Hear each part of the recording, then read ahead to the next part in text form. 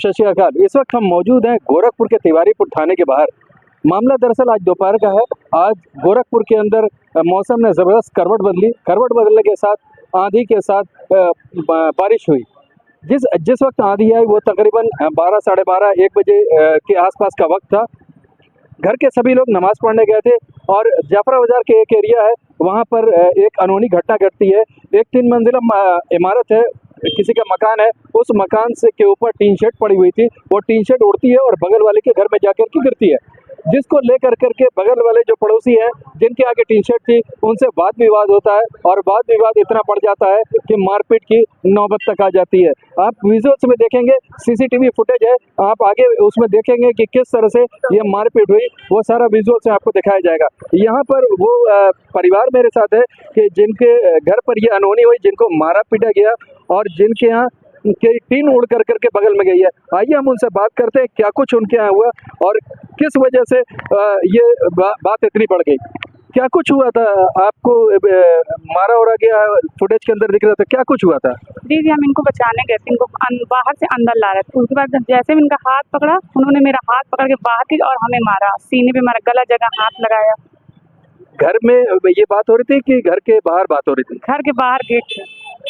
घर पे ये बाहर आप अगर फुटेज की बात करें तो जो घटना थी उसमें आप कहीं गाड़ी से आते हुए नजर आ रहे हैं, आप क्या मौजूद नहीं थे? नहीं, हम मौजूद नहीं थे, हम नमाज पढ़ने गए थे सर। आज फ्राइडे था, शुक्रवार का दिन था, नमाज पढ़ने गए थे।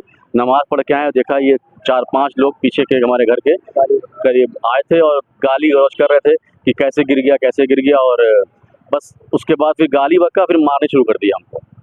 और फिर बीच बचाव में मेरी वाइफ आई, उनको ही मारा है। उनकी सोने की चेन और कान का वो गायब है मेरा। बस। बच्चों को भी उन्होंने मारा क्या? बच्चों को झटका। बच्चे बहुत डर गए थे सर, इतना शोर शराबा सुन के बच्चे बहुत डर गए थे, बहुत रो रहे थे। मोबाइल भी छीन के तोड़ दिए। मोबाइल मेरा मैडम का तोड़ दिया, मोबाइल तोड़ दिया। और फिर गाली बक के मेरे भैया को कॉल किया, बोला कि तुमको गोली मार देंगे। ये अपराधी टाइप के लड़के सब हैं, गोली मारने के बोले मेरे भैया को। क्या हुआ था सिलसिलेवार आप बताएंगे, क्या कुछ हुआ, क्यों इतनी बात आगे बढ़ गई? सर बात कुछ नहीं थी, एक हवा चल रही थी, हवा चली, टी शर्ट उड़ा चुकी। उस वक्त 12:30-1 के बीच का टाइम है, बारिश बहुत तेज हो रही थी, हवा चल रही थी। वो टीन शेड उड़ के उनके छत पे गया होगा, गिरा। वो लोग 8-10 लोग आ गए और फड़फड़ाने लगे, गाली बकने लगे। वहाँ पर उस वक्त कोई था नहीं। 70 साल के हमारे मौजूद थे, हमारे बुजुर्ग, वो बाहर निकले उनसे बात करने के लिए। आप फुटेज में वो चीज़ देख सकते हैं। मैंने फुटेज इसीलिए सारी मीडिया बंधुओं को दे दिया है और रिकॉर्डिंग भी मैं अवेलेबल करा दे रहा हूँ। जो रिकॉर्डिंग कॉल का आया वो भी अवेलेबल करा दे रहा हूँ। आप फुटेज में देख सकते हैं, वो लोग गाली बक रहे थे बिंदास। उसके बाद फिर जब वो उन्होंने कहा कि आप गाली मत बको भैया, क्या हुआ है, क्या बात है, उनको भी नहीं मालूम। वो नीचे 3 मंजिल पे क्या हो रहा है, किसको क्या मालूम क्या हुआ है, कुछ बता भी नहीं। उसके बाद लगे मारने। वहाँ पर कोई भी जेंट्स मौजूद नहीं थे। महिलाएं ने बचाने की कोशिश की, जिसकी वजह से जो भाभी हमारी उनको भी चोट लगी। जिस बुजुर्ग की आप जिक्र कर रहे हैं उनका भी ये सुनने में आया कि बाईपास सर्जरी वगैरह हुआ था और उनके वो इस वक्त वो सीवियर कंडीशन में मेडिकल रेफर किया गया है। जी मेडिकल, मैं सदर लेके गया था मेडिकल कराने, वहाँ से रेफर कर दिया है मेडिकल उनको। चूँकि उनको अभी हाल में ही उन लोगों को ये चीज़ मालूम है, उन लोगों को ये चीज़ फुल्ली तौर से अज्ञात है कि वो ओपन हार्ट सर्जरी हुई है और 2 स्टंट उससे पहले पड़ चुका है और वो शुगर के बहुत भयानक तरीके से पेशेंट है और वो आए दिन हमेशा बेड पे ही रहते हैं। वो चीज़ उन लोगों को बहुत अच्छी तरह से ये मालूम है। जब आप नमाज पढ़ के आए, आपको घटना की जानकारी हुई, तो उसके बाद आपने क्या किया? हमने सबसे पहले 112 पे फ़ोन किया, उसके बाद फिर मैंने 102 महिला हेल्पलाइन पे भी फ़ोन किया। वहाँ से पुलिस आई, हमने उनको फुटेज अवेलेबल कराई। फिर वो लोग हम लोगों को थाने लेके आए।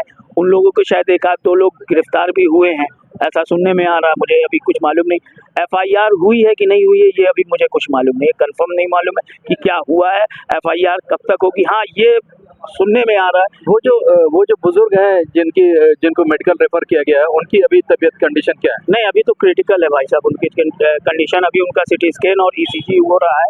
अभी रिपोर्ट आने के बाद ही बता पाएंगे कि क्या है। उनको एडमिट कर दिया है मेडिकल में और रेफर करके मैं एडमिट में कर दिया है। एम्बुलेंस से लेके गए थे सदर से वहाँ से। अभी आप यहाँ थाने पे हैं, आपका FIR लिखी गई है, यहाँ से कितना सहयोग आपको मिल रहा है? नहीं, सहयोग मिल रहा है थाने से, बहुत अच्छा सहयोग मिल रहा है अभी तक फिलहाल।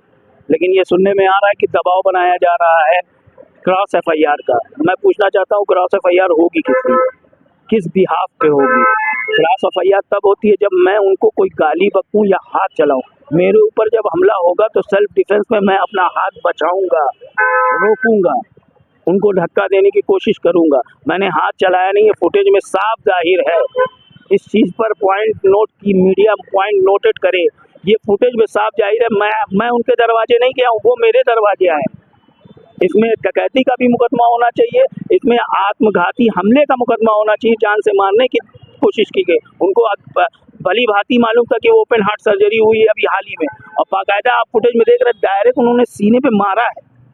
चलिए, ये इनका सीधा मानना है कि जो तमाम चीज़ें ये बात बोल रहा है, ये चीज़ इनके साथ होनी चाहिए। लेकिन जो यहाँ पर आला ऑफिसर हैं और यहाँ पर जो SHOs हैं, वो अपने हिसाब से विधिक कार्रवाई करेंगे। जो भी धारा वगैरह होगी वो लगेगी। अभी चूंकि विधिक कार्रवाई लगातार चल रही है, इसलिए अभी बहुत जल्दी होगी किसी निष्कर्ष पर पहुँचना। बड़ा दिलचस्प होगा इस केस में क्या मोड़ आता है, उसको देख रहे हैं। हमारे साथ बने रहिए, और आपको जो भी है वो आप हमारे कमेंट